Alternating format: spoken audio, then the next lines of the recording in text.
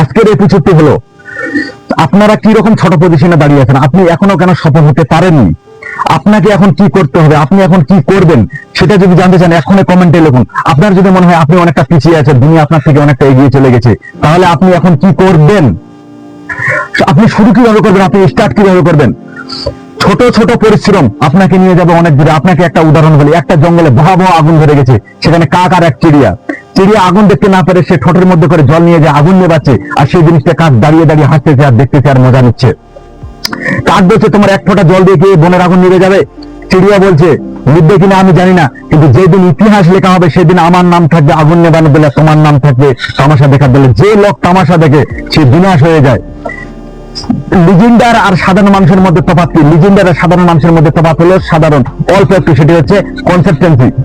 আপনাদের বলি, যে মানুষ প্রতিদিন 1% ভালো হওয়ার, বেটার হওয়ার চেষ্টা করে, সে 60 বছরে গিয়ে সে 3700% ভালো হয়ে যায়, বেটার হয়ে যায়। যেভাবে সে যদি অল্প অল্প করে পরিশ্রম করতে থাকে, শুরুতে তার রেজাল্ট ছোট মনে হলো, পরে গিয়ে সেটা বিশাল আকার ধারণ করবে। মোদ্দা কথা হচ্ছে 1% better every day 1 year changing your life.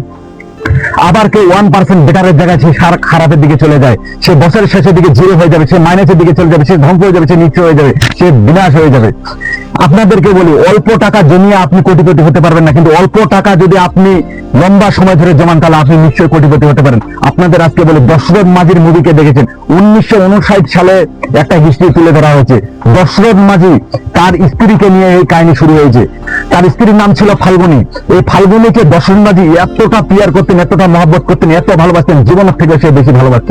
Dasharath মাঝি একদিন পাহাড়ের উপর কাজ করতে গেছে, তাকে খাবার পৌঁছানোর জন্য ফুলমণি সে ডেলিভারি অবস্থায় সে খাবার দিতে যাচ্ছিল সে পাহাড়ের উপরে। সে পা পিছলে পড়ে গিয়ে মাথা আঘাত পেয়ে সে রক্তাক্ত হয়ে যায়। সেই কথাটি দশরথ মাঝি শোনার পরে দশরথ মাঝি তৎক্ষণাৎ সেখানে ছুটে এসে দেখে তার স্ত্রী রক্তাক্ত অবস্থা পড়ে আছে। সে তৎক্ষণাৎ পিঠে তুলে নিয়ে সে হসপিটালের দিকে রওনা হলো। সেই সময় তার কাছে কোনো গাড়ি ছিল না। যেখানে তার অ্যাক্সিডেন্টটা হয়েছে তার সেখান থেকে তার হসপিটালের দূরত্ব ছিল 70 কিলোমিটার রাস্তা। সেখানে সে সেভাবে সে হসপিটালে পৌঁছালো। এখন হসপিটালে ডাক্তারেরা পরীক্ষা নিরীক্ষা করে দেখলো সে ইজ ডেড। সে ভেঙে পড়লো এবং রাগে সে একদম জরাজীর্ণ হয়ে গেল। তার স্ত্রীকে হসপিটাল থেকে বাড়িতে নিয়ে এসে সৎ কাজ করার পর তাকে সিনিয়র হাতুড়ি নিয়ে এসে ছুড়ল সেই পাহাড় ভাঙার দিকে।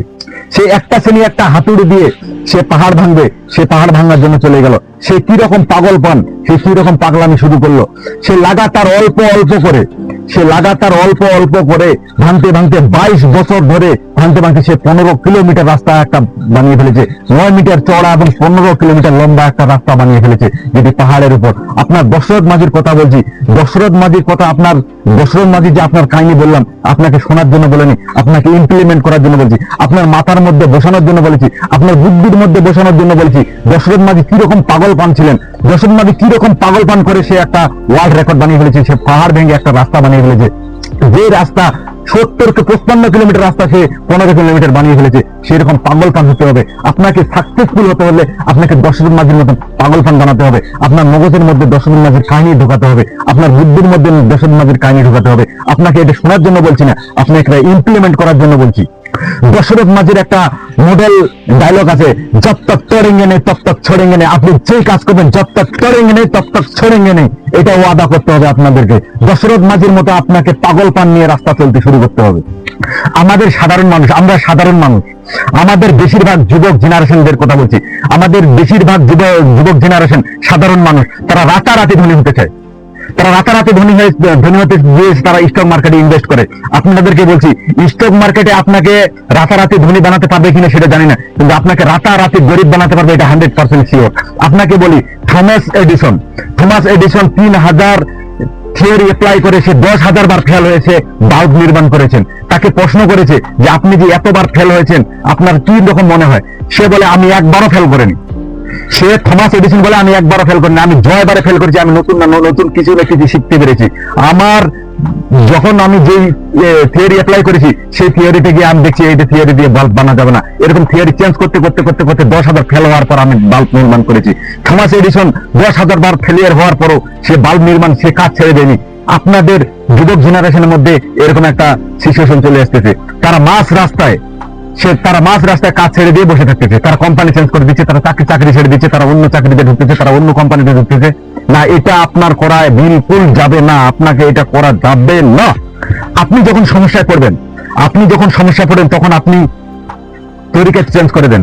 রাস্তা নয়, আপনি যে গোল অ্যাচিভ করতে পারেননি সেটা নয়, আপনাকে তরিকা চেঞ্জ করতে হবে। আপনি যদি না পারেন, আপনাকে আরো অন্যরকম তরিকা দিয়ে কাজ করতে হবে। আপনি সমস্যা পেলে আপনি রাস্তা চেঞ্জ করে দিবেন, নো, আপনাকে এটা করা যাবে না। একটা কথা মনে রাখবেন, সামান্য পানির ফোঁটা, সামান্য জলের ফোঁটা টপ টপ টপ টপ করে পড়ে একটা পাথরের বুক ফাটিয়ে দিতে পারে, সেখানে গর্ত করে দিতে পারে। আপনারা তো মানুষ, তাহলে আপনারা কি করতে পারেন? আপনারা সবকিছু করতে পারবেন, আপনার রাস্তা ছাড়বেন না। আপনার গোল অ্যাচিভ করতে পারেননি ঠিকই, কিন্তু আপনি গোল অ্যাচিভ করতে পারবেন। আপনি রাস্তা ছাড়বেন না, আপনার তরিকা চেঞ্জ করবেন।